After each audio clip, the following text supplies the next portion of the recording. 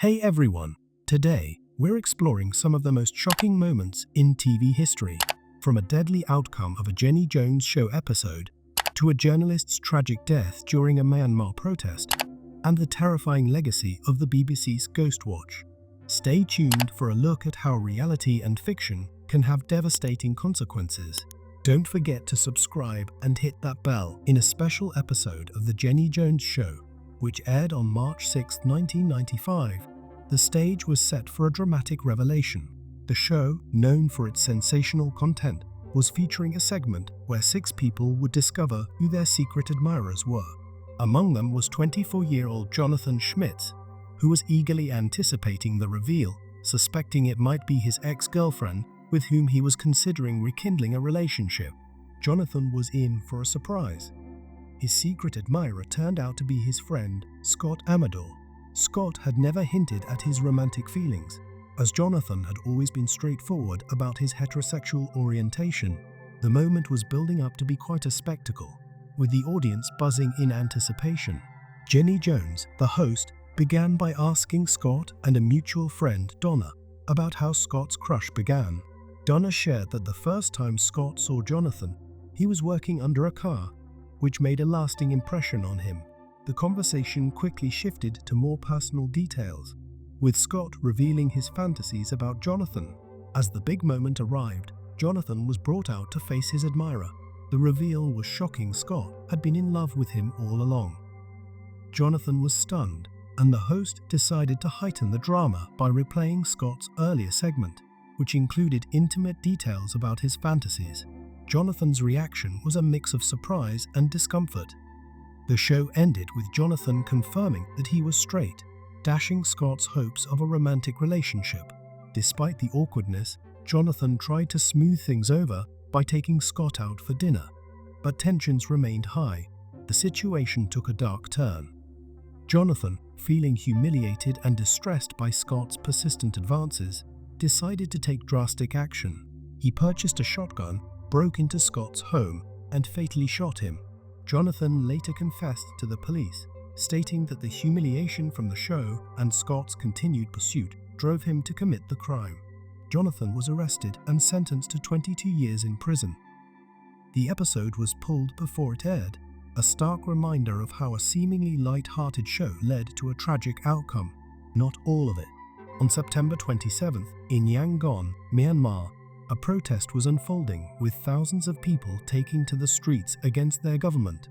This protest, part of what would later be known as the Saffron Revolution, was sparked by the government's decision to cut gasoline subsidies, causing prices to surge overnight and plunging the economy into chaos. The monks, who led the peaceful protests, hoped that the government would reconsider its decision. However, the government responded harshly. They began arresting monks and issued an ultimatum to the protesters: leave in 10 minutes or face severe consequences. Despite this, the protesters stood their ground. The police initially fired warning shots into the air, but soon turned their weapons on the crowd. The violence was brutal. Official reports confirmed the deaths of 10 civilians, but many believed the real number was higher. Among those caught in the violence was Kenji Nagai, a Japanese journalist known for reporting from dangerous areas. He was in Yangon to document the protest, but despite his journalist credentials, he was struck by a stray bullet and became the only foreign casualty of the conflict. The news of Kenji's death was devastating for his family and Japan, but Myanmar officials called it an accident. However, a video that emerged later told a different story. It showed Kenji holding his camera and lying on the ground, being pushed and then shot by a soldier. The footage revealed that Kenji's death was not accidental, but a deliberate execution. The shocking footage also showed Kenji still holding his camera as he bled to death, raising questions about what happened to the camera. When Kenji's body was returned to Japan, the camera was missing. It was later revealed in another video that a soldier had taken the camera from Kenji's body. For 15 years, Kenji's family pleaded with the Myanmar government to return the camera, but their requests were ignored. Then, miraculously, the camera was returned to them. How it was recovered remains a mystery, though it's believed that someone secretly took it from the government. Now in the family's possession, the camera has revealed some of Kenji's final moments. Despite the tragic outcome, his footage has brought attention to the ongoing problems in Myanmar. Kenji's story continues to highlight the struggle and resilience in the face of oppression. In a different story, on December 4, 2010, a popular European show featured a daring stunt by Samuel Wilcock, a 23-year-old stuntman. Samuel was tasked with jumping over 5 moving cars. Despite his extensive training, the stunt proved challenging. On his 4th jump, he attempted to clear a car driven by his own father. Unfortunately, Samuel misjudged the jump and hit his head on the car's windshield, rendering him unconscious mid-air. He fell and landed face first, leading to a shocking and tragic scene. The live broadcast showed Samuel's injury and the stunned reactions of the audience and judges. The show was abruptly cancelled, and the host resigned due to the trauma of witnessing the accident. Samuel survived but was left paralyzed from the neck down. His father, who was driving the car, was devastated, though the accident was clearly not his fault. Despite the tragedy, Samuel's story is one of resilience. He has gone on to achieve success as an actor and assistant director. The show that featured him was eventually cancelled due to low ratings, but Samuel's appearance on it, where he forgave the show and stated it wasn't their fault, became one of its most memorable episodes, though it seems the general public was not able to forget that horrific moment they had all witnessed on live TV. On Halloween night, 1992, the UK was buzzing with excitement for a spooky broadcast from the BBC.